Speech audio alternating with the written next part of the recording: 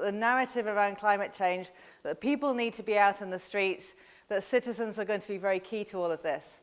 So I think it's very fitting that we're coming to this as the last panel, because it's going to reflect on what we heard before. So the panel will have the same pattern as before. I'm going to introduce each panelist in turn. They'll each say what their barrier is, and then we'll have a conversation. Be ready, as always, with your comments and reflections, and let's see if we can get to some very concrete and specific actions that we could do to get citizens more engaged around the climate fight. Okay, so that's my preamble, and we're going to start, as before, with this time, with Giulia. I thought if I kept them talking long enough, you could come.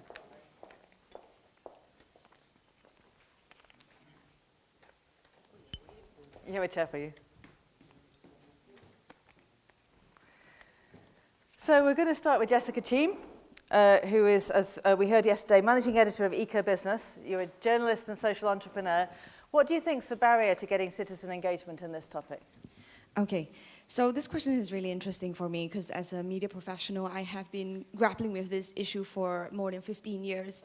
And really, I think that the greatest obstacle is the ability to tell effective stories.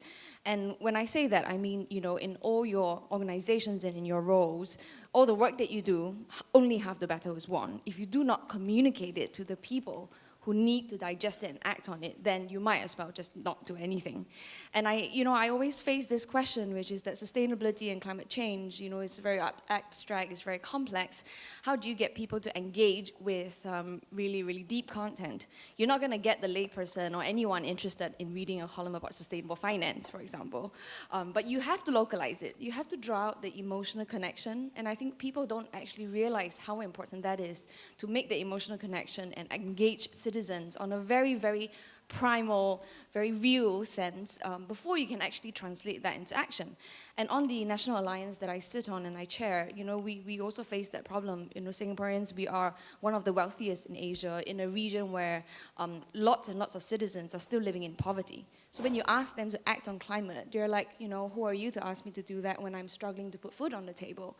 And so we need to frame these discussions differently in order for them to actually act on it. So one example is, for example, instead of approaching a very complex subject on a very broad policy level, start with a local story, like the farmer who now has the tools to improve the yield on his farm so he doesn't have to deforest. Or, you know, the woman who's got a job, you know, to sew clothes so that she can sell instead of, you know, being unemployed. So I think, you know, localizing the issue is really important. And just another point I'd like to make is that, you know, we always focus on engaging the citizens and, you know, to Paul's comment yesterday about how businesses can only move on the fringes, but they need policy action, and to have policy action, we need the citizens to demand that from government. It seems to me like a lot of people are pushing the blame from one group to the other. And citizens, yes, they have the power. You know, we need to be living consciously. We need to be voting for the right governments. We need to be voting for the right businesses with our dollar. But on the other hand, you can't just rely on the fact that you're waiting for citizens to tell people what to do. If you're going to wait for the whole world to become vegetarian, I think you can wait for Kingdom Come and you still won't see that. So how do you then get the decarbonization at scale that we want? And I think the solution really is to target the elite at the top who are making the policy decisions and business decisions that command our energy systems, our financial systems, because when these people make that decision, then the choices are available for consumers. So it has to be both top-down and bottom-up. And so this conversation about how, you know, we have to rely on citizens to tell the businesses that this is what we want is a bit of a fallacy, I think. So I think, you know, these are some of the thoughts I have on engaging citizens. Thank you. I think it's going to be very important to come back to that, because we'll do it when they will has been one of the biggest reasons that we still ended up in this mess. And, you know, citizens will say, I can't choose a fair phone, or I can't choose it, you have to provide it. And then businesses will say, there's no market, we can't provide it if there isn't a market. And how do we actually break that cycle is going to be very important in this whole story. I just want to make one very small point, and that is actually the power of the media. I know there are many journalists in this room today, and you're covering this issue from different industries, and I think let's not underestimate the power of media to actually change policy, engage citizens and policymakers. Because, for example, the Singapore carbon tax, we had written about it for years before the Singapore government actually acted on it, but it is partly because the media pushes that conversation. So, I hope the media here today will engage on those issues, even if you're in an industry that's not specifically about sustainability. Sure. Okay, brilliant. Thank you. That's given us some food for thought already. And so then, Maxim, what have you got for us? I will share with you my personal experience. I started to do sustainable energy finance projects in Russia in 2005. And I was desperately trying to explain to my grandmother what I'm doing. And actually, the World Bank and the Russian president helped me, because the World Bank analyzed the Russian energy efficiency potential in 2007. They did a report. And the president of the World Bank, he came in to visit Mr. Medvedev and Mr. Putin, and he shared the report with them. The report was that big. And he gave only one figure to them, saying that Russia is wasting annually the amount of energy that is equal to annual primary energy consumption of France. And this was the moment when the government realized that this is the opportunity, maybe to sell more gas abroad, I don't know. But they issued a decree saying that we now have a figure, we need to decrease our energy consumption, we need to improve energy efficiency situation. And they started a massive information campaign. And my grandmother, she was watching TV, so she called me saying, okay, now I understand. The president is saying that energy efficiency is important, so you do a good job, Maxim. You have to continue. So again, we need to work with opinion leaders, whatever that would be. In certain societies, it should be a president. In certain societies, it may be a pop singer, a star. So it depends. I mean, you need specialists, you need experts how to deliver the message and who could be the leader. So really brilliantly interesting point. Do you think, was your grandmother impressed because there was one figure that she could understand, or was it because the president says? I think it was because the president says. So I was yesterday. You said this brilliant quote. You said something like, if you're trying to sell energy efficiency to a baker, and a baker will say, "Well, I don't sell energy efficiency. I sell bread." Right? Well, I know the answer, but it will take like half an hour maybe. Then don't do it now. But nonetheless, it's an interesting point there that if targeted messages make more of an impact, but making it relevant to whoever's hearing it is one of the things that makes a story impactful. But also having the right champions, having the right messengers. So I don't want to keep on going around. You've already brilliantly cautioned against saying, well, they need to do something before they can do something. But I think it's interesting that we've now got to citizens and messages. You can get to the citizens via the politicians or via the opinion makers. But I do think that in the work that I'm doing, certainly, I keep on coming across more and more this concept of champions, activating individual champions. The brilliant Jeremy Bentham at Shell, who runs the Shell Scenarios team, has been telling me for years that if you want to change an organization, you find influential champions within it and you give them extra power. No organization is a monolith, so you find the ones that can do it and you give them extra energy and power. And then they can become messengers and create more champions like your grandmother. And especially, I think Jerome made the point this morning that if you have a messenger who's not expected, if you have Greenpeace supporting an oil and gas company, or if you have the CEO of Goldman Sachs, as he did, criticizing the decision to pull out of Paris, then you have a very much more impactful story than if you just have someone you're expecting. So we've had impactful story and the right messenger and champion. I'm very much liking these two so far. So next year, Cara. So what have you got for us? Oh no, Cara, sorry. Giulia. I'm looking at completely the wrong person. Julia. I did look at some data yesterday, and I found an interesting study. First of all, my barrier, which is not a barrier because I think all barriers can be overcome. So it's more of a challenge and also an opportunity is how fast the business sector is providing solutions. I was looking at this study and I found out that since probably 2016, 3 out of 4 millennials are willing to pay more for more sustainable products. The fact that the data came out together with sustainable products that were not there 5 years ago made me think that probably the real challenge is to speed up the process and the engagement and the solutions provided by the private sector even before there is this clear demand. Otherwise, it's a little too easy in a sense, and we're not making progresses. So yes, and then the other point that I hope to hear also from the other panelists about is how do we encourage a transition to a sustainable lifestyle? How do we make climate change cool? Someone mentioned that, which is a little bit funny because, of course, but yes, how you don't necessarily need to renounce to something. Sustainable lifestyle doesn't need to be necessarily worse than the lifestyle we have right now.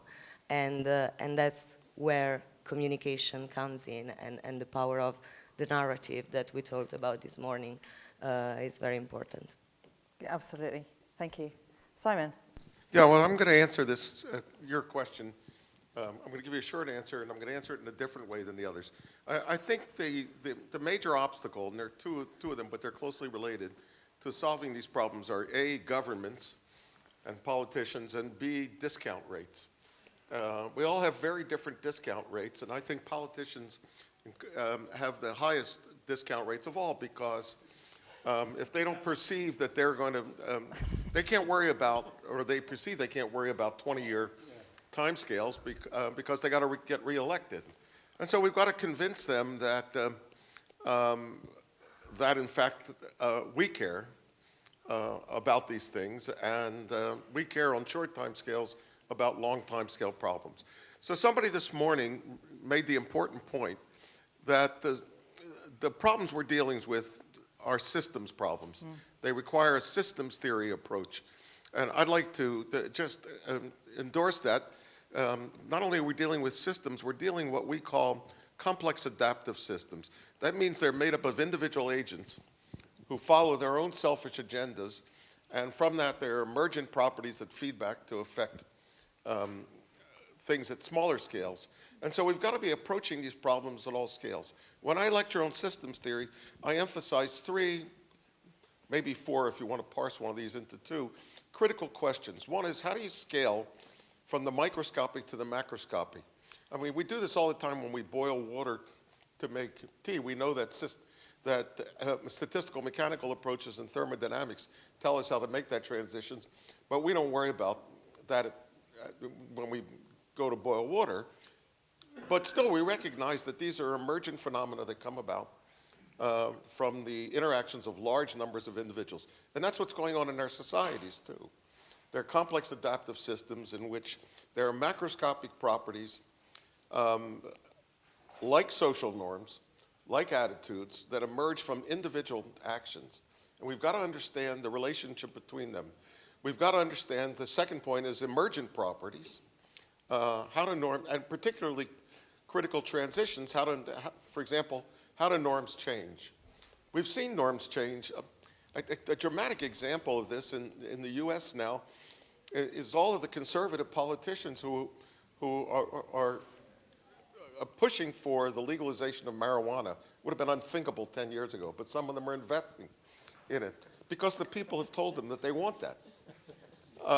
So norms can change. And the third thing, and perhaps the most important, is that whenever you have complex adaptive systems, there are conflicts between what's going on at the level of the individual and what's going on at the macroscopic level. And certainly at many levels in between. You know, we have individuals, the groups they belong to, et cetera.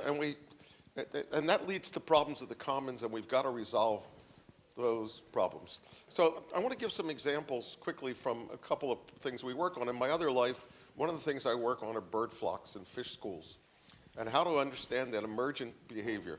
And one of the things that we find is most individuals in those groups are followers. There are very few leaders. But that's true in our societies as well. Herbert Simon pointed this out when he talked about bounded rationality. Most of us don't have the time or the capacity to make decisions, so we turn to others that we trust, and we operate on this network in which we learn from others. So who are the decision makers? Where are the critical nodes? We see the same problem when we work on infectious disease models. There may be, if you're going to vaccinate, the people you want to vaccinate are, for example, healthcare workers or people in the sex trade, people who are likely to be what we call super spreaders. And so you've got to understand the network structure of the system. We're going to have to identify where the critical nodes are. And so going back to the first comments, I think this is a coevolutionary problem. Governments are not going to change unless people tell them to. But there's a coevolution between attitudes and laws and regulations and norms. And so that's why I've been focusing a lot on trying to understand how norms change. If you wanted to get new ideas out there, where do you start? What are the critical nodes? Whom do you have to convince? It's the same way we would in a vaccination decision.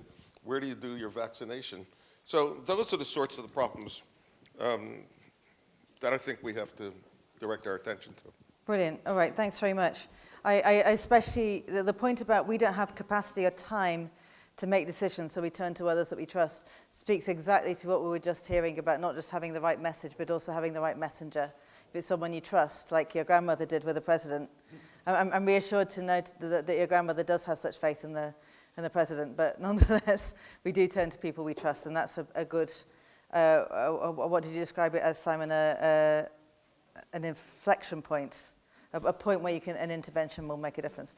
Now we do come to Cara, so what have you got for us, Cara? So since I spend most of my life worrying about motivating business, this idea of what is constructive action for citizens to take, actually I found quite interesting and a little bit out of my normal realm. How do you channel your energy and a frustration in a way that will really advance change? I think there's obviously presence and protesting. I would make a vote that now jury by social media on brands, businesses, and politicians creates something which is almost more interesting than a march.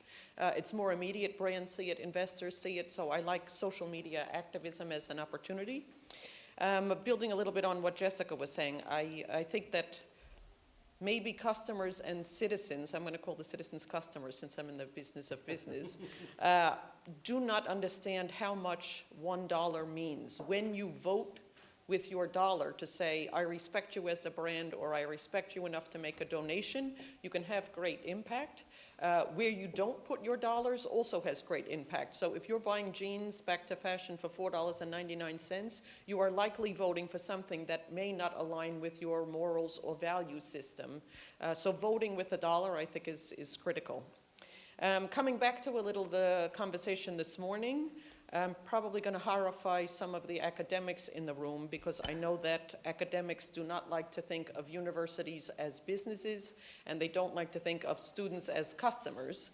But if we do so and think about why is education not evolving at the speed that students and young people are demanding, I would pose that to be an interesting question. If universities expect their businesses to remain healthy, happens we do a lot of master's degrees in New York. When I look at the undergrad debt that particularly in America students have, and we're asking them to go on to masters and study profitability and sustainability and climate mitigation, we better be very, very sure we are offering what it is that will make them the purposeful change makers that they are expecting to be.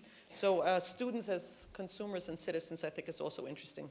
Last thing I want to say is yesterday I showed a film about our initiative, Keep the Change for the Climate Initiative, which also allows consumers to engage in the solution in a constructive way. Yes, I still want to shop. Yes, I still want something beautiful. I would also like to be part of the solution for the set of problems that my decision is creating. 70% of philanthropic giving in America happens from individuals, not foundations, not corporations. So how do we allow and let and welcome and enable consumers to take part of the change and drive systemic business solutions? And I think asking a question about where is the barrier to that, a little bit something that I said yesterday, to create those systemic solutions that allow consumer engagement, you need catalytic capital to determine the solutions, to create the cross-sector collaborations and really untie not just an idea, but put that into action in a concrete way. So I think there's a barrier for catalytic capital, which will unleash citizens to put their money where their mouth is and put their money where their ideas are. Absolutely love this. I especially love the whole point about catalytic capital, because I talk to lots of philanthropists and high net worth individuals who say, I want to put my money into something, but I don't see the vehicles. And so, there's the ideas out there, there's the money out there, there is the catalytic capital for change. And one thing that could be very effective as a next step from a meeting like this is to try and identify mechanisms by which the people who want to give that catalytic capital can connect to the initiatives that can actually be effective. Can I just say something? I wish there was a Match.com. Yeah, Match.com, something of like that. philanthropy and causes, because lots of people spend tons of time looking for the foundations that might be interested in them, and the foundations spend lots of time looking for their match. So some sort of app that would match us would be great. I love that. That might be one of my favorite things to come out, Match.com for philanthropy. Also, the point about helping consumers, customers, citizens, people engage with solutions in a constructive way. Can I just really, really, really enforce this point? I told you at the beginning I spent 25 years working on climate change in one way or another. And I really have learned that if you scare people without giving them something they can do about it, it shuts them down. It really powerfully shuts them down. And so having direct mechanisms whereby people can feel like I did something. There's an analogy in the Second World War in the UK. Churchill called for citizens to donate their pans, their cooking pans, to be made into Spitfires. So the pans could be made into the aeroplanes. They didn't need them for the aeroplanes. In fact, it was the wrong kind of steel, apparently. So they didn't even use them. But people went around collecting the pans. Then when a plane went overhead, I contributed to that. It was a brilliant piece of propaganda because it made everybody feel connected. And I think that's one of the places that we've missed in this engagement, how to give natural mechanisms. And I love your, can you contribute some money? Can you reinforce something that's happening? Can you do something real as an engagement strategy? So thanks. If they find out it's a scam, we're all in trouble. So let's try not to make it a scam in this case. There wasn't social media in those days, and so it was harder for him to be found out. Okay, so Ralf. Yeah, well, an interesting question talking about the barriers. My first sentence is probably words matter. What do I mean with that? I recently heard a brilliant presentation of a US professor. She's a linguist, and she's analyzing language. And if we're talking about climate change and global warming, change, at least for some people, is something positive. Warming is a nice word. Well, it gets warmer. So her call was basically asking us, do we use the right words? Isn't it global Earth overheating or something which has a, let's say, emotional negative context that raises the call for action? And I think this is something which we definitely have to start with. Be mindful about the words we use. That's my first point. And then the second one, as now also working for a sector which is tied to emotions. When we talk about mobility and individual mobility and cars, I mean, that's pure emotion on the customers/citizen side, be it negative emotions or be it very, very positive emotions. And here, I think we have to make the link between the call for action in terms of Earth overheating and not only nice climate change, and bring it to an emotional context for the citizens. So one thing is, and that's why over dinner last night I asked my fellow participants, whoever of you drove an electric car, and how did it feel? And if you are not used to that, you don't have the experience and you will rely on your old behavior. Because I'm used to drive an ICE and that feels good and it's making noise and roaring and something. Once you ever used an e-car for the first time, at least this was my feeling, my emotion, I don't want to miss that anymore because it's so quiet. It has a fast accelerating speed right from speed of 0 kilometers per hour. And it feels good. And if you power it by green electricity, it's, well, truly sustainable or relatively sustainable. So the pitch I'm making is we have to bring in this emotional context in a positive way, because with, let's say, bans and negative things, we won't bring the people, in the case of individual mobility, towards using e-cars. It has also to have a fun part, at least as long as we have a capitalistic world where people have their choices. So make an emotional context, make it tangible. Yeah, climate change mitigation has to be cool, and I think that's it. That's it for now. Brilliant, absolutely brilliant. I think one of the stories, I'll tell you very quickly, which usually gets a big laugh, so I'll see if I can get a big laugh from you. It's around the model, I've forgotten the model, Tesla, one of the highest end ones, which is the first to introduce the Ludicrous mode button. So do you know about this? So on the dashboard, there's actually a mode called Ludicrous mode. Ludicrous, crazy, insane, right? So you see Ludicrous mode, and if you press it, you get a message up on the dashboard that says, "Are you sure?" And there's two possible buttons to answer it. One is, "No, I want my mummy." It literally says, "No, I want my mummy." And the answer, yes, yes, bring it on, right? And if you press yes, bring it on, you get 0 to 100 kilometers an hour in 2.7 seconds. Now, it's got the fantastic fast acceleration, but that's also, it's a narrative, it's a story. It's crazy, no, I want my mummy, I'm the cool one for being prepared to do it. And do you remember when electric cars were boring? Do you remember that? When they were only for self-righteous people who wanted to show off that they were greener than everybody else. And the day that I was talking to the head of R&D at one of the big asset management houses, I had a 1-hour meeting with him, and he spent 45 minutes drawing graphs to show me how fabulous electric vehicle acceleration was. He was a petrol head.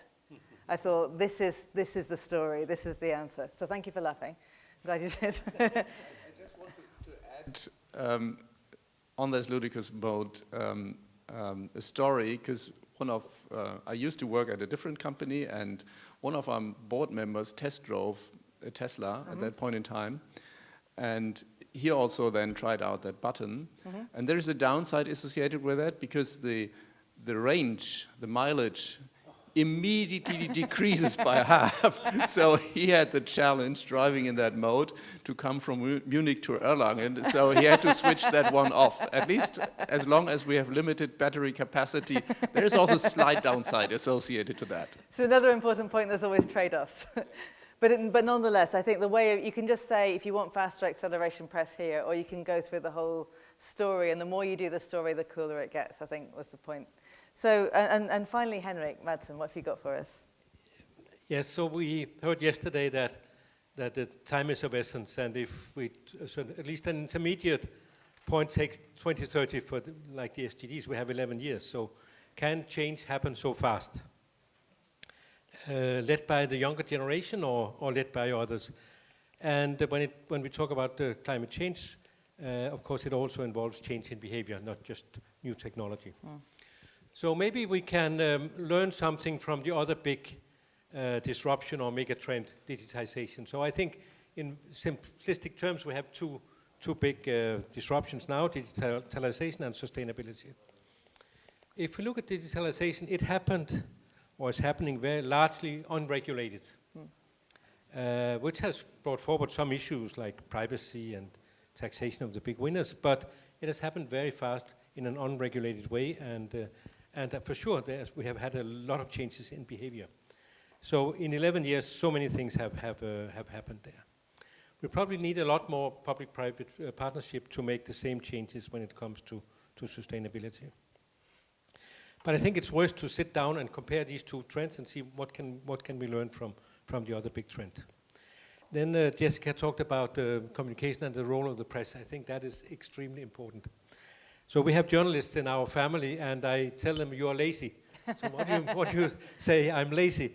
I say because you hear one point of view related to, say, sustainability, and then you find somebody who has the other point of view.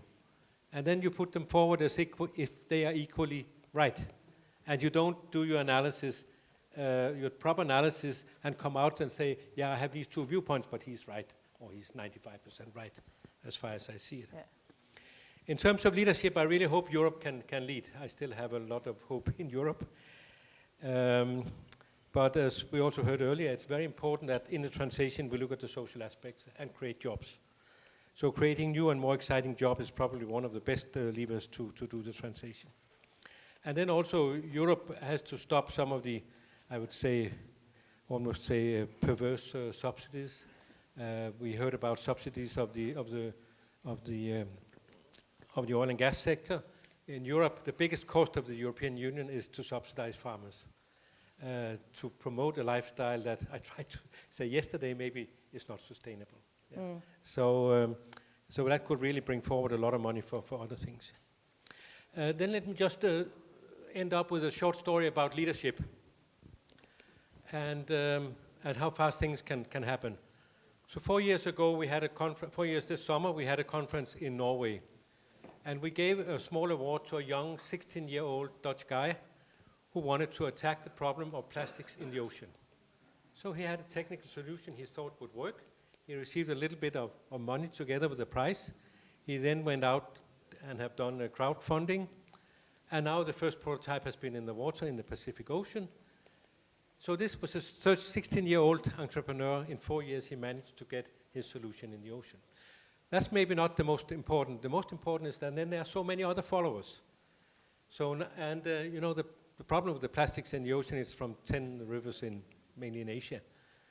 So then there are projects now to collect the plastic at the source. There are more solutions to collect it in the ocean.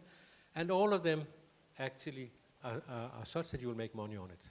Because it's a huge, in a circular economy, this has a huge value. So things can happen very fast, and the leaders may come from places we don't think about. Yeah, this point especially, thank you, Henrik, the point that where we keep on talking about leadership, we started off this panel by saying, you know, presidents, elite, those kinds of champions. But you can get other unexpected champions as well from unexpected places. I was also with Henrik at a conference in Oslo a few years ago where Malala Yousafzai came to speak.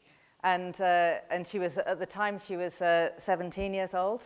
By that time, she was already a global superstar for her campaigning for education for women. There were two very striking things about her coming that I wanted to mention just now. One of them is that the conference ran from Friday to Saturday, and we asked everybody to come for the whole time. She said she could only come on the Saturday because she couldn't miss a day of school. Right? So there's an authenticity in the way that she was. But the other thing was, I put myself, there's a panel of men and then there was her, I put myself between them so I could protect her, ha ha ha. and she had a backbone of pure steel. If anything, I needed to protect them from her. So I was still well positioned. So this point that extraordinary leaders can come from unexpected places, I think is really important when we're talking leadership.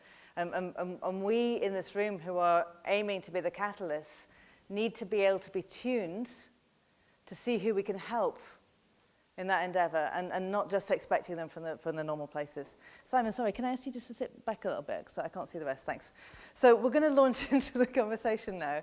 I just wanted to, there's one, I was talking to 3 of the students who are here over lunchtime, and there's one particular thing that came up that I wanted to pick on, which is about social media and the potential power of that, social media campaigning. Lucia, would you mind, can we get a microphone over to Lucia there? She made a really interesting point about, we talk about social media as echo chambers, as the kind of, as that's a bad thing. So that, you know, social media reflects back to us what we already want to hear, so we get trapped in our own echo chambers. But Lucia made a point about how this can actually be really helpful for behavior change. Do you want to tell us? Yeah, basically, since I often type maybe something related to climate change, environmental stuff for my studies or even for interest, I get targeted ads in my social media, and this actually influences my shopping, because maybe I see, I don't know, my sister recently bought bamboo toothbrush just because they were popping up from everywhere, and she was like, oh, it's an eco-nice solution, and why not? I mean, and I start maybe making presents for my friends just like this upon near Christmas, and this all comes because I just typed some stuff on the internet. Yeah. And I think our generation really is influenced by that, and just how cookies work actually could change our shopping habits. So I think it's something that should be taken into account. Thanks very much, Giulia. Cara? Yeah, I think it's super interesting when you think about shopping. You know, if we could ever sort of capture the Amazons of the world to say, why aren't you pushing forward and closer to the consumer, the sustainable products? You know, they can do it with their own private label batteries because they make more money. So why aren't they putting forward all of the products to all of us that are more sustainable? You know, the ability of technology actually to force it on us is quite interesting. I want to just say something on the thought of older versus younger, because I think we keep talking about, oh, the young, the young, the young. I actually think I'm a 50-year-old millennial. I'm really sorry about that. I don't think it's they're young and like they landed from Mars and they're these beautiful peace and love people. No, they just have better information that we all actually have. So because they have better information and there is better science and there is more proof, they're engaging accordingly. But so are we all. And I think the energy of the young is important, but without the wisdom of those who have already traveled, we're going to make mistakes. So we need to blend these two worlds together. Yeah, and I'd like to point out that I did a panel once that had, you weren't allowed on the panel unless you were under 30 or over 70, apart from me. And I was moderating it, and the two under 30-year-olds were brilliant entrepreneurs, and then we had a 74-year-old and we had a 90-year-old. And the 90-year-old rocked the room. He was a civil rights campaigner he'd campaigned with Martin Luther King, and the energy and the joyfulness and the goodwill that he poured into the room left everyone else standing. So you can get energy with the old as well as getting energy with the young. I'm just saying. Before Giulia mentioned the millennials are now saying they'll pay more actually for a sustainable product, but that's actually what they say, and it's not how they shop. So as much as we're all about the young, of course I would pay more, and then they're in H&M. So, you know, not always is it. Jerome? Yes, I would love to be able to say that I am younger than you are, and unfortunately I could not, but I really would love to. About digital and social media and the race, I would like to share something with you. And our Chinese friends are living it every day. If I'm not wrong, on Alibaba, there is a game which is a race for climate. And if I describe it the right way, the wrong way, please tell me.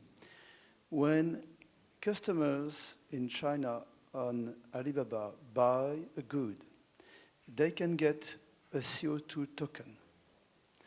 And they can use this CO2 token to plant trees. They just pull the CO2 token on their apps, on their phone, and they push it towards a place where they can plant trees on the screen, and then the tree grows, and when the tree is adult, Alibaba commits to plant effectively the tree.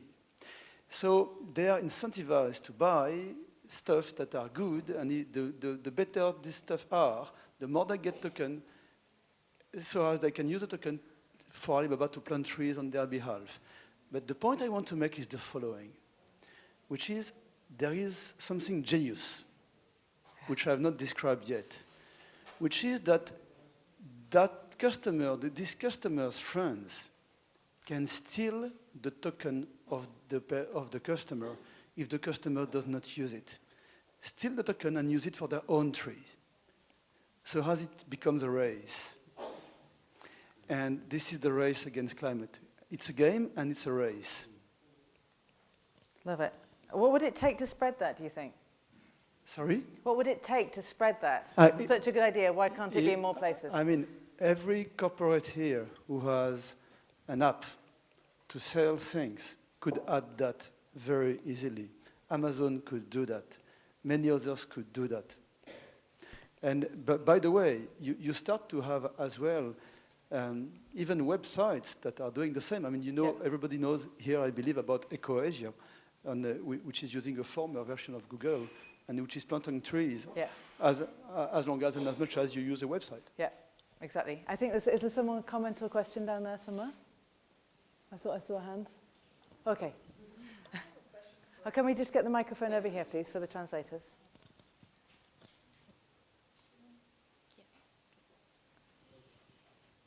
Perhaps more quickly. Question for Simon Levin.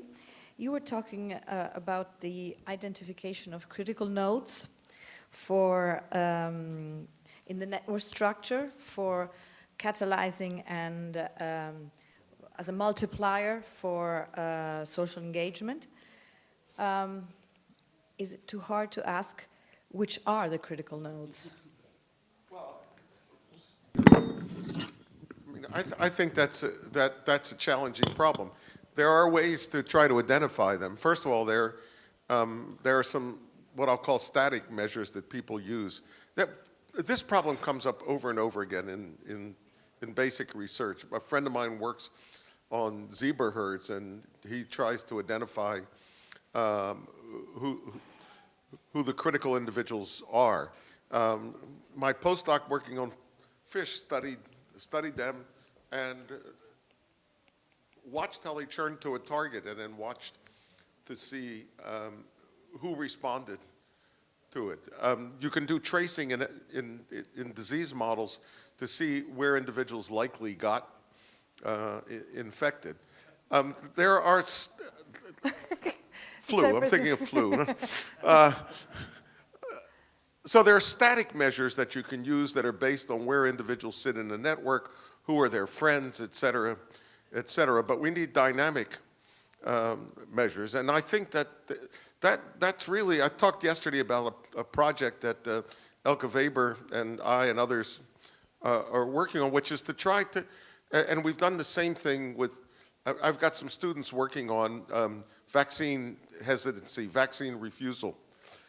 You know, this is a problem that's just that's risen up in a variety of different communities where individuals have stopped getting vaccinated against things they ought to get vaccinated against. So we go and we ask them, whom did you listen to? Why did you make this decision? And these techniques are not very well developed yet, but I think they are being developed, and those are the sorts of metrics we need to develop to find out how people make their decisions. Whom did they listen to? Did they get it from television? Did they get it from talking to friends, et cetera, et cetera?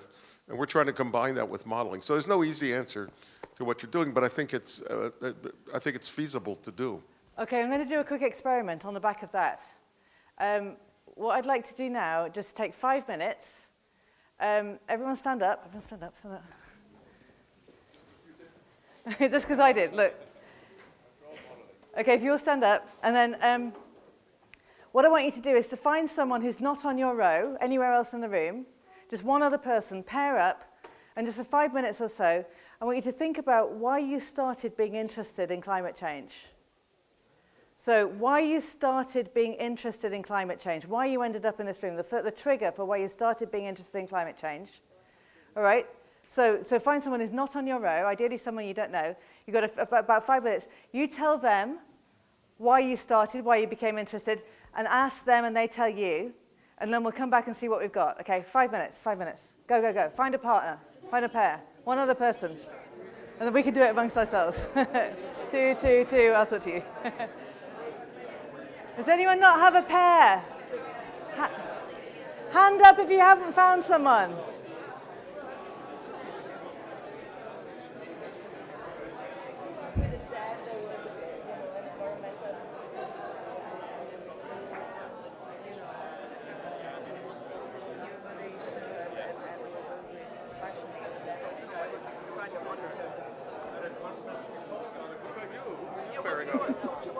I just wanted to put some energy into the room. Everyone was falling asleep.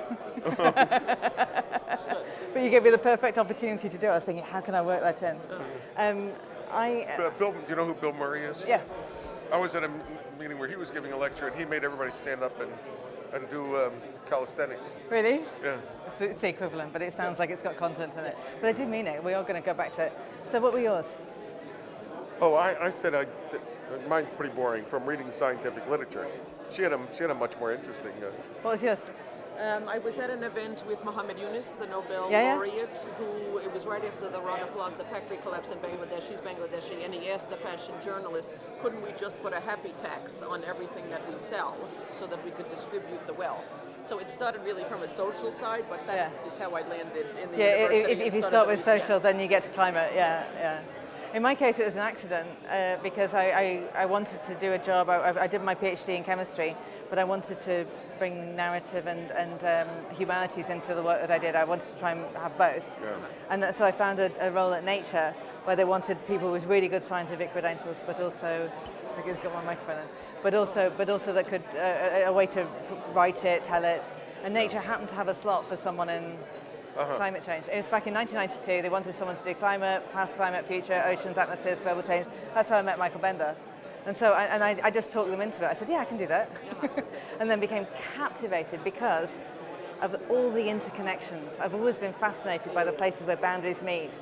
And if you don't understand all of it, you don't understand any of it. And then I went from, so the next bit, which maybe I'll say later, I had a guy from Canada who told me what happened, to explain what had happened to me. He said, what happens, it starts in your head, that's interesting. It goes in your heart, that's exciting. It goes to your gut, oh shit. And then it goes to your soul.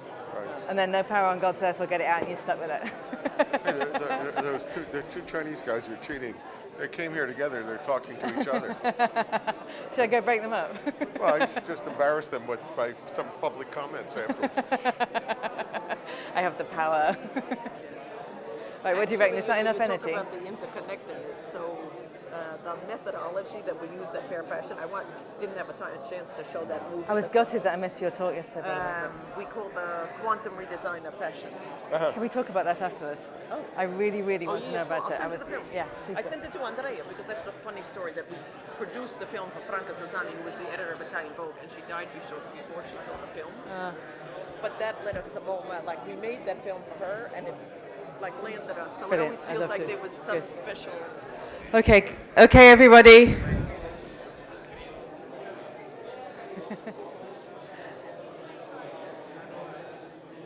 Okay, everybody.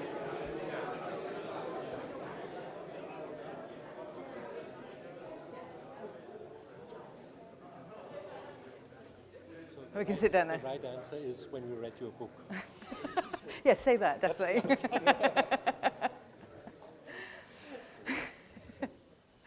Okay, so what have we got? Can we have a microphone around? Hands up, who heard something interesting? If you didn't, not what you said, but what you heard is what I want to know now. Who heard something interesting from someone else? Anybody? Nobody? Someone back there who hasn't been engaging. Come on. What you got? Where's the microphone? Where's the microphone? Okay, I'll deliver a microphone to someone else. Okay, it's here. So, right here now. And actually, in my presentation yesterday, I mentioned the climate in Beijing has greatly changed. You know, when I first time came to Beijing, it snowed very heavily. But actually, in the last 2 years, it even only snow once per year. It is very abnormal. So actually, we are suffering climate change everywhere. And including my hometown, when I go back to the hometown for the Spring Festival, normally the temperature would be -1 or 2, but actually the year before last year, when I go back home, the temperature is 19 degrees. You cannot believe that. Yeah. It's winter. So that's why I came to So you feel it? realize it. Yeah, we're feeling that. Yeah. That's right. So anybody else? Tell us, I'm just as interested in what you heard as in what you said. Who heard someone say something interesting? Up here. Benotto then, and then these two. Yeah, I just heard something amazing. So Giovanna told me her story. So she studied in Rome economy and found it they didn't account for externalities. And actually, she was heading the Italian delegation to the Rio summit and was involved in the first COP ever, and even wrote a book on the topic since then. Too early. But so that, I think that was very fascinating. Thank you. Thank you. So actually, all the panels have been stunning. And my all-time favorite is from the professor from Tel Aviv. So the trick with the solar panels, so I loved it very much. So maybe we just adopt it and maybe we just follow, be an example and a lighthouse. And how you change the university system, throwing them into the water, having the projects, working with the business, and all the panels have been really interesting. So I took a lot of really good stuff home, and I'm very proud that Volkswagen is now saving the climate, right? Brilliant, okay. So anyone else, what did you hear? And I'll come to the panel. Anyone else? Come on, what did you hear? You were all talking very animatedly, so I want something good. Who heard something? I'm going to pick on someone otherwise. Georg, what did you hear? Can we give the microphone to Georg? Well, I had the privilege of being with Leo, and it's intellectual curiosity and the desire to understand and discover, and I think we have that in common. And if you think also about certain developments, I think it's the place where you have to end up. Otherwise, you're not thinking anymore. So we've had feeling and thinking as two categories, Max. And unfortunately, I couldn't take part right now, but over lunch, a very important comment was that we're talking a lot about sustainable finance and how companies are taking leadership, but we critically analyze that and realize that we really have to be careful of greenwashing, and in many cases, sustainable finance can be attributed to creating more jobs or something that don't actually result in decarbonization. So just be cautious. Okay, all right. Important point there. Anything else? This panel is about engaging citizens. We are citizens. How did we get engaged? What does anybody else have? I'll come to the panel in a moment. I want one more from the audience. Okay, here we go. Oh, in that case, let's have someone else in a moment. No, but the specific question, importantly. Yes, a specific question. It's about getting engaged and how you got engaged. Yes, a specific question about getting engaged and about the sort of the trade-offs, because you mentioned trade-offs, and I think trade-offs are things that people do not very often sort of disregard, especially on the consumer side. So the idea of voting with dollars is all great and good, and it's, you know, it can serve as a gateway drug to broader environmentalism. I'm afraid that for many people it serves as a box-ticking exercise. That they, you know, do something like they recycle the plastic bottles or have a cup that they carry around, and that's done. Environmentalism done, because environmentalism for us here, it's the thing we care about deeply and predominantly. That's front and center. Okay, point made. So, what about why you got engaged? Why do you care? Why do I care? That's the question. I got engaged in. Sorry, I thought we moved on from that part of the conversation. I got engaged because I got asked to be environment correspondent for The Economist. It's also true. I mean, I'm being honest. I'm being completely honest. I was Brazil correspondent. They called me up. Would you like to be environment correspondent? Sure, that sounds interesting. And it turned out to be extremely interesting indeed. And but it was completely random. Can I tell you a secret? It's not much of a secret, I suppose, but the way that I became engaged in this in 1992 was I wanted to work at Nature in some capacity or other, and they happened to have a slot for someone who was working on this. I knew nothing about it. I didn't even know what the words meant, but I said, yeah, I could do that.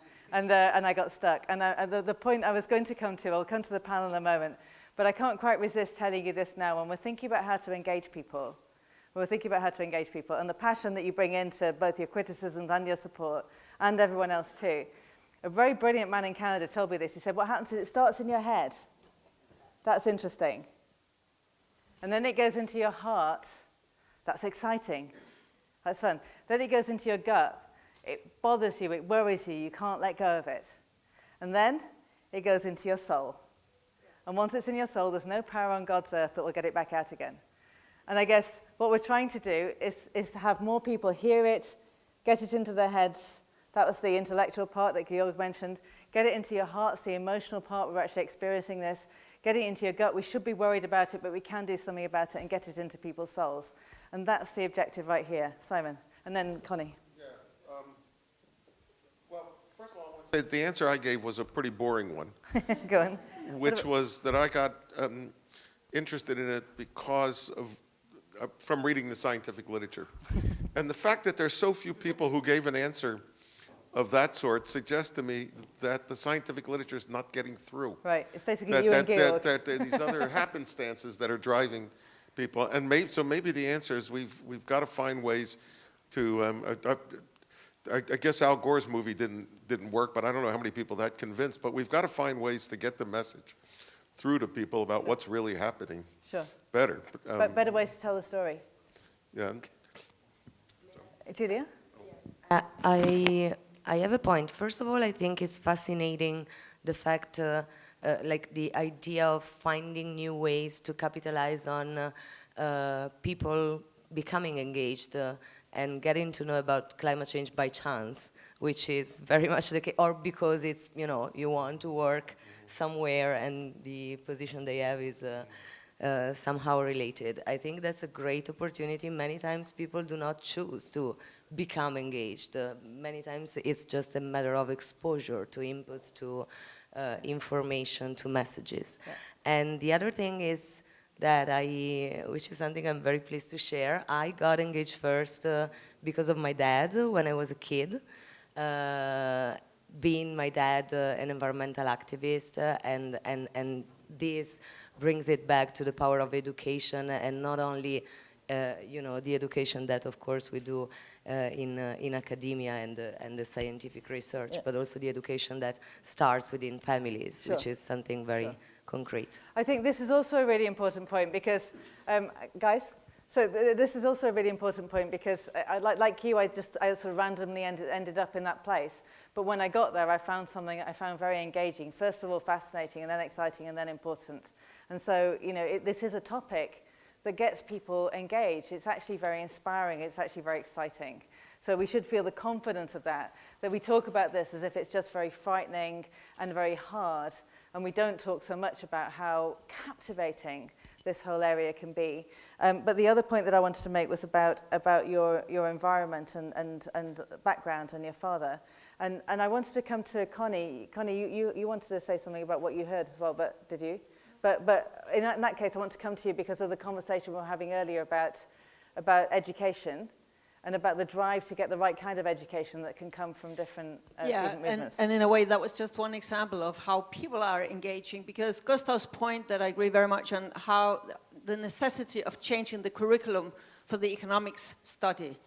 And I just wanted to say that there is actually a movement growing in hundreds of universities, basically, I mean, really hundreds of universities in Europe, in America, different places, who exactly has this demand. It's a lot of students of economy saying we must change the curriculum. And last year, because the KR Foundation, we are sponsoring part of them, and we invited this international organization to the Danish Democracy Festival. And there often you have 20, 50, a maximum of 100 people attending one session. And suddenly crowds of 500 young people turned up there. They wanted to really listen to this message. So I just think that there is an undercurrent there of involvement and engagement that is quite interesting. And my point is there, because now we are talking about the house. I mean, there's really something there if you want to do something, be it business or philanthropy. All these engaged groups of citizens out there who are really shaping up things and moving things, it requires organization and it requires resources. And I don't know how many of you, what percentage of international philanthropic funding you would think go to climate change and sustainability, but I can tell you it is roughly 1% of all philanthropic funding. So there's really something to consider for those of you with access to some kind of funding. That's really important. Thank you. And also, I mean, specifically, because you mentioned your own foundation and the work it was doing in this, if there's an existing model that can be reproduced, then it's much easier for people to think about how they could invest in it, right? So if there's if it's kind of, we talked about Match.com earlier, how to match money to, but if there's a specific model that already exists, we're doing it, look how we're doing it, you can do it that way too. then that Well- makes it more effective. But you well, mentioned many your of those- foundation is working Many on of this, those right? that we are giving grants to, they would know exactly then how they are coordinating their respective activities. But in the field of climate, then there is something called the funders table, and that is in a way match.com, but for this part, because they're the big donors, the 10 biggest donors. We will meet at a regular basis to take care that we are not duplicating things, or sometimes to say, if I give some money there, would you also go in so that we can really scale up, so that we coordinate a bit? Not that everything is coordinated, but sometimes we do something in a coordinated form. And does it have to be just business? Just philanthropy, or could business actually invest in this as well? This is for philanthropy, but I think that if business would come to some of these activists or organizations or whatever, donations would be more than welcome. Of course, some of them would be very, very sensitive and they do not want to owe anything to anybody, but I think that most of them are in need of money. So, of course, if business said, we want to help you deliver on this, and that there is a lot that could be done there, and we can actually see that many of these activist movements, just take in the coal sector, I mean, all these coal activities, they're not coming out of nothing. They also come because there are some people helping activists and people to analyze and study and communicate whatever they are doing. Sure, because I think this is a message, again, that I think is important, and maybe for you, Andrea, too, that if the appetite exists among economics students to have a change in the curriculum, we've talked about the importance of a change in curriculum for MBAs, for the financial sector, whether there's an appetite there or not. This could be something that could be stimulated not just by philanthropic money, but also by business money as an investment into the students that we actually want to get and a way of changing the curriculum. And I think the model that's already happening in the philanthropic space might be an interesting model to take for how businesses could invest in this. So it's a very concrete thing that could be done. Go on. This is actually one comment on the economics. That I suspect, I'm not sure, but I suspect that the Nobel Prize for Bill Nordhaus might play a significant role in sort of reshaping the economics curriculum in some places. But my broader point was about sort of, how do you get people interested? And well, one is, from personal experience, I find it's extremely difficult to write about climate change because you have to steer a very delicate course between sounding so alarmist as to make people feel completely fatalistic and resigned, and sort of so upbeat that they fall into complacency. And it's just really, really difficult, and I struggle with it personally, writing about climate change. So we try to do it as reasonably as possible, but I think I fail. And I had a very interesting meeting last week, walking around Brooklyn and other parts of New York with Amitav Ghosh, who is a famous Indian novelist, and he spent accompanying a specialist in hurricanes and storm surges to see different parts of New York and how they're affected by Sandy, what's happening there, and so on. And Amitav wrote this wonderful book of essays called The Great Derangement, his foray into nonfiction. And he makes an incredible point there, that basically he points out that we haven't had a great climate change novel. We've had some science fiction, we've had some, obviously, blockbuster films, but we haven't had a great climate change novel. And part of that is because it's just really difficult. It's a really difficult subject to bring down because novels thrive on individual battles, right? Whereas climate change is this massive collective problem. But that makes it really difficult to bring across to people and to get people interested in. And I think, we all have a role to play. I have a role to play working for my publication. Scientists have a role to play in making their research more, digestible to the general population. I think they're getting much better at it. I do find that in the past couple of years, for instance, many have become much less reluctant, not necessarily to pin a particular weather event on climate change, but to say, this has been made 5 times more likely by climate change. It might have happened otherwise, but it was made, the high temperatures in your hometown, they're not necessarily that particular winter wasn't caused by climate change, but it's hell of a lot more likely because of climate change. So I think there is progress on that, but I think very trite thing to say, but we certainly need more of it. And this is a message as much to me as it is to everybody else. Really, really, really important point. Thank you so much for raising that. I'm going to come to, I want to come to Giulia and to you, because this is directly the topic of the movie that you were showing us yesterday and what you're trying to do. But I think this point of how do we balance the genuine scare story with a genuine inspirational story without making one of them so frightening people don't want to listen and the other one so Pollyanna that people don't want to listen. So I tread that tightrope all the time, and I really appreciate you bringing it up, because we have to be inspirational. We have to talk about the nightmare, and we have to talk about the dream. And I think the big mistake we've made in the climate change narrative is we've stopped at the nightmare, or we've made the dream seem too remote. And that's why some of these practical, what can you touch? What can you taste? What can you click on? It might seem token, but actually it makes a difference to how engaged individuals feel, in the same way that the steel in the aeroplanes made a difference to how individuals feel. Okay, so go on. Been reporting on climate change for more than 15 years. I totally empathize with you. And one of the things that we found really effective, EcoBusiness is mainly a B2B platform, but increasingly we've gone to a B2C platform in which we're engaging consumers via really accessible topics. So things like fashion, food, tourism, and stories like how does climate change influence your beer supply, or how is it changing your coffee, how is it changing your chicken rice, in Asia. And I think that those kind of stories hook people in, and then you try and explain the context and the bigger, broader problem or challenge in that story. But one thing I wanted to kind of mention as well is something that Max and I talked about last night, which is that people who work in sustainability sometimes really exist in this echo chamber. And I have a conscious strategy. I get asked to speak at a lot of events in Asia, that 50% of my events are with the industry, because we need to be pushing dialogue and policy change. But then the other 50% is completely unrelated. And I think that that's something that we forget, is that we sometimes talk to each other all the time. We know that there's this urgency and we need to change things. But the people outside don't realize this. And I spoke at a risk managers conference about 6 months ago, and this was a room full of CEOs. And I asked them, how many of you have heard of the SDGs? And it was like 10%.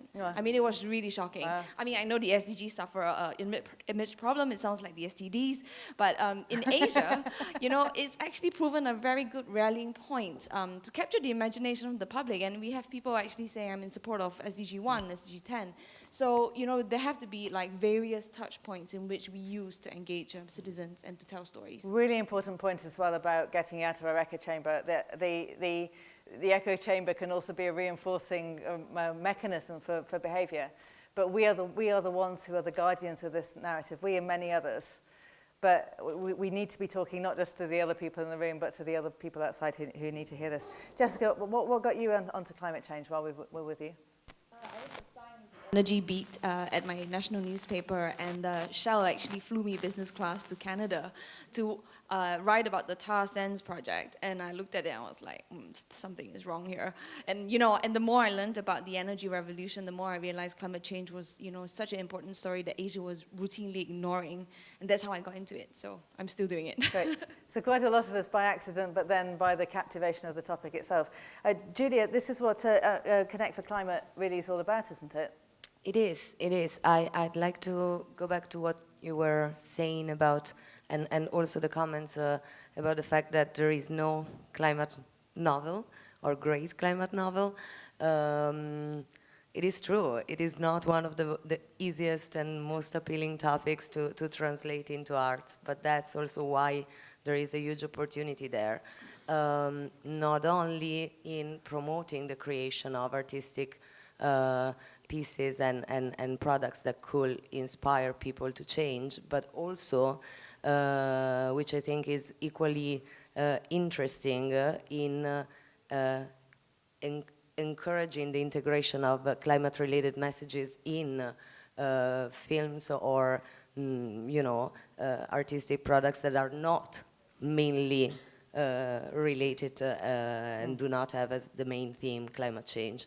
Some sort of product placement for social good that could be done on climate, but also on other important social issues. If you think about like the power of big Hollywood blockbusters in reaching like so many youth and so many people of all ages really around the world, and think about having one of those big movies showcasing solar panels or you know, similar messages. How powerful is that? And why, if business was able to do that for commercial products, we shouldn't be able to do it for social good, really. So there's an interesting point here that relates to the point about Amazon and the possibility of using that advertising, skewing the advertising towards good products, and the same thing, product placement, skewing it towards good products.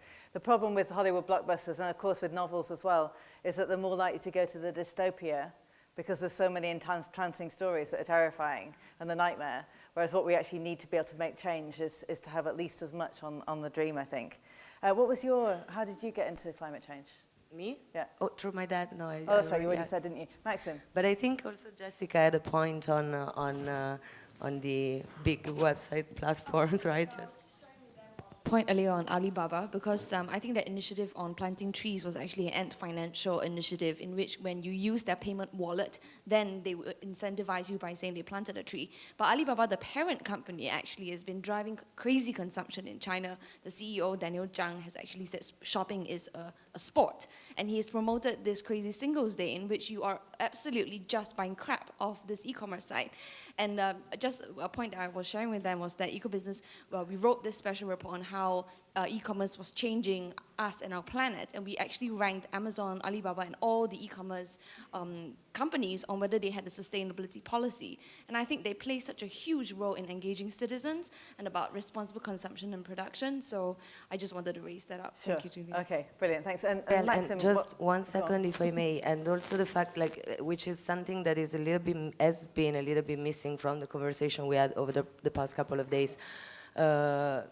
This is a very developed world conversation. There are other countries that do not have access to the same means and the same tools. So climate communication really needs to be very, very targeted. Sure. You know, by audience and country. So how did you end up interested in climate change? Well, it was just, occasionally as a consultant, I had a task to make energy efficiency bankable. At that time, nobody was talking about climate change like we're talking about it now in Russia, especially. And I started. It was 2005, and I'm still working in this area. But now I'm in the academia, and I have a lot of fun dealing with young people. And I have a lot of energy coming from them when they go and ask for more information about sustainability. Sure. One observation that I would like to make now, that again, with this discussion about consumers asking for more environmentally friendly products, there is a still ongoing debate in FMCG sector, at least. I spoke with some FMCG large companies recently, that who is leading in deciding how should look the product they put on the shelf. Mm-hmm. The subject of my discussion was a bottle of milk. So the milk producer is producing a plastic bottle from one type of plastic. The cup is from another type of plastic. And then to make it nice on the shelf so that the consumer can make the decision, they put a package on top of it, which is the third type of plastic. Mm. So then, in order to proceed it in the factory, you need some process, which is maybe expensive for developing countries. Yeah. I should reiterate again that we are here not to forget about developing countries.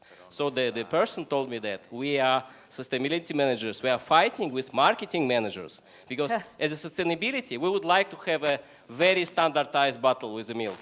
But consumer will not buy our milk in this case. That's why the marketing people, sales people is coming and putting a nice envelope from plastic. It's sexy, they will buy it. And at the end of the day, we have a lot of waste. So when the sustainability manager will be in charge of sales, maybe it will be easy for us to deal with such a global issue like climate change.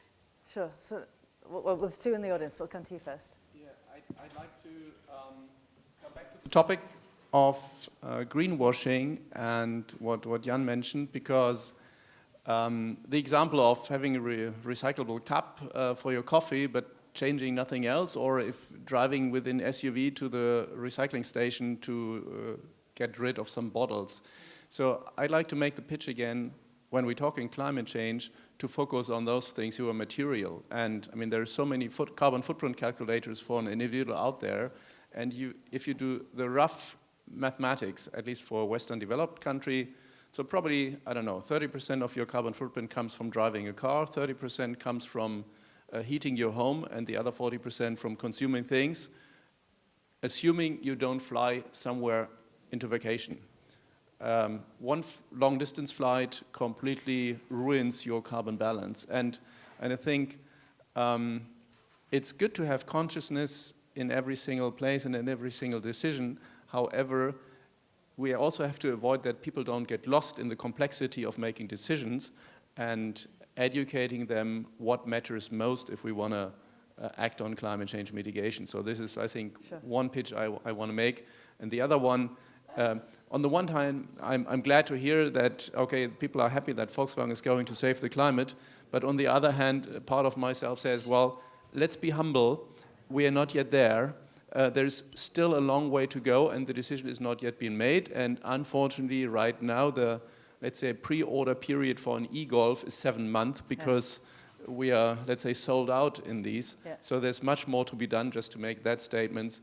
Not to, let's be optimistic, but not over-optimistic. Sure, sure. And I think it's a bit like if you're on a calorie-controlled diet where you have a large bar of chocolate every day, but you think that switching from semi-skim to skim milk is going to make the biggest difference. You should go after the biggest targets. So we have Colin, and actually just tell me quickly, so how did you get involved in this? Why do you care? Well, basically, prior to finishing school in the mid-80s, I decided I want to become an environmental engineer because I was interested in technology and I was interested in environmental protection. And so to say, there was a gradual phase in during my studies, first contacts with life cycle assessments, then in comparing different environmental impacts, and step by step, I ended into that game and now are in that business for 30 years. It went into your soul, right? So, Colin. So I give a lots of public talks to either schools or to the public on global warming, and they always come back at the end of the talk with, this is such a huge problem, what can I do? And so you have to really break it down into bite-sized pieces for them, and you have to give them some practical reasons or easy things to do. For example, hanging up your washing instead of putting it in the dryer, or buying fresh vegetables instead of packaged frozen vegetables. Walking or taking public transport. These things the public and school kids can take home and they can start to use, and then they can build from one to the other, putting the building blocks together. I'm going to challenge you on that one, actually. Before we go any further, I'm going to challenge you, because I've been saying for years, turn down the thermostat, get different light bulbs, blah, blah, blah, blah, blah, and I think the time for that has gone. Because it's not enough, and the level of engagement that people need and that we need is not, that's not enough. And I do think that your point, you know, can it be, do you get your plastic cup or your sippy cup and then you feel like you've done enough? There is a danger now, and that's why I'm going to push for, I get all the time, what can I do? And you know what I tell them now? When there's more products, then you can use them, and in the meantime, spread the story. That's spread part the of it, story. Yeah. Spread the word. Spread the word, spread the story, spread the narrative, tell your friends and tell them to tell their friends. So this becomes the new reality and the new truth. And in a way, I think that people are getting a bit familiar and numb with the walk instead of driving or whatever, but this urgent tell the story is something that I think could also be part of that toolbox, if you like. Right, but there's so many people not involved, I think, still, that even these small steps also help. Obviously, we got to, the speaking, I think, is the most important, and the voting for the politicians that are going to make the difference as well. Sure, sure. So, Maxim, can we get a microphone over here for Bjorn? In terms of telling the story, I think there's one valuable aspect that I haven't heard today yet, and I think it's really critical, and it actually drives all of our behavior, and that is our basic biology, right? So I got into climate change because I studied evolutionary biology, and I realized that, you know, we are physical beings driven by evolution. Now, climate change is our evolutionary story, right? We're doing this because of our children. We want to ensure their survival. And that is the basic driver in the story, that we should all leverage to help encourage that action. So, and the exciting thing is that evolutionary theory has evolved from survival of the fittest to survival of the fittest through collaboration, that we only can work together to ensure survival of our race and ensuring our future. And that's the moral and imperative of everything we're saying that I don't think has really been picked up in this whole conversation. So I just had to put it out there. Thank you very much for saying that. One thing that I get a lot of, when kids say to me, what can I do? When kids say, I say, make a nuisance of yourself. Annoy your parents about it. That actually the number of CEOs and senior executives I've spoken to who are committed to this case, and I said, what got you committed? And they said, my 6-year-old came home, my grandchild, my daughter came home and said this to me, and it had a different dimension. So I think that's a really important point. Simon? So I wanted to make 2 points. One of them pushing back against your Churchill example. Go on. Because I'm sort of reminded of the man who's lost in the Alps when he's been skiing, and finally, when he's about to be rescued, and his rescuers say, we're from the International Red Cross. And he says, I gave it the office. and I think there's a real danger in allowing people to be immunized by letting them do things that they think get them off the hook when they haven't really tackled the serious problem. The other point I wanted to make is going back to the idea of the great novel. For many people, I think that would be wonderful if we could get somebody to write a novel, or a blockbuster, or a blockbuster movie in which Spider-Man attacks the villains who are destroying all the solar panels in the world. But I conclude that everybody here is more than 15 years old, because there's one medium that nobody has mentioned, but with my grandchildren, I know this is much more influential with them, and that's computer gaming. Yeah, Fortnite. I was invited to a meeting 2 years ago at Warner Brothers Studio that brought together people from the movie industry and the computer gaming industry. And only then did I realize that computer gaming is really just an extension of movies in which you get to interact with the games. And they were eager, the representatives of the community, to find ways to put their skills in gaming to use to address problems, including climate change. And I think we have not explored that, and nobody's mentioned it at these meetings as a mechanism, but I think that's a powerful way to reach the next generation. Excellent. What do we do to make it happen? Well, there's... Okay, good. There were a number of people I could put you in touch with. Yeah. By the way, the meeting was sponsored by Warner Brothers, the British Defense Ministry, and a British company called Improbable. Maybe some of you know what that is, which is a computer platform company. So it does sound a very improbable mix. We're almost out of time. I just want to, so Henrik, so why did you end up caring about climate change? Yeah, it sort of happened a little accidentally. I attended a conference in '97 in Kyoto on something different. And in the room next door, all these people came and put up strange things. So I wondered what were they putting up. And then I met some colleagues all there and then explained what it was all about. And then it really triggered my curiosity. And I was just fascinated by the whole problem and if I could somehow help to find solutions. So triggering curiosity is an important part of it as well, I think. And it is a topic that when you trigger curiosity, it's happened to quite a few of us. It goes from being something we got landed with to something that we're fascinated by. We are almost completely out of time. We did get to you, didn't we? No. So go. Okay, very short. I just think that we should learn from what we have seen on plastic and plastic in the ocean over the last 2-3 years. I think that has been something which has really mobilized a lot of people globally, because they all can relate to it. And I think in the climate change debate, we have for long talked about the 250 narrative, and we need to do it for our children. So I think we need to come back to what we can do just now. Yeah. We need to link it to pollution.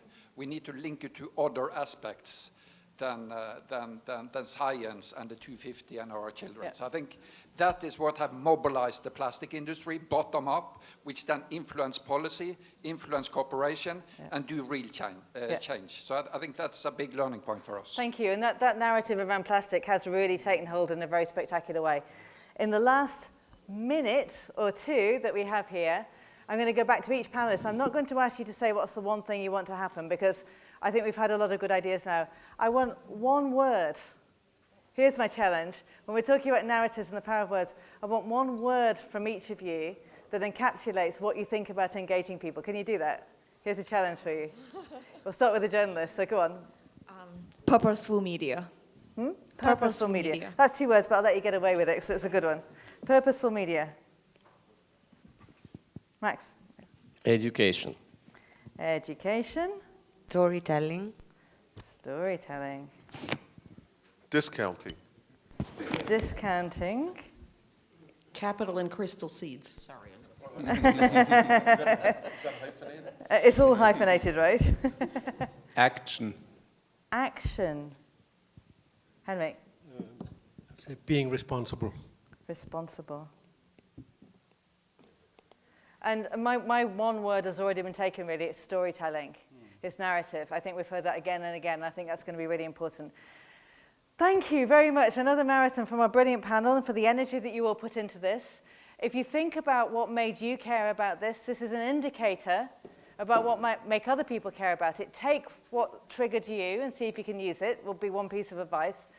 We have a 20-minute break now, and then I need to come back and try and summarize all of this before we close. So wish me luck. You'll be having a coffee. I'll be typing madly. And before we go, thank you very much again to our brilliant panel.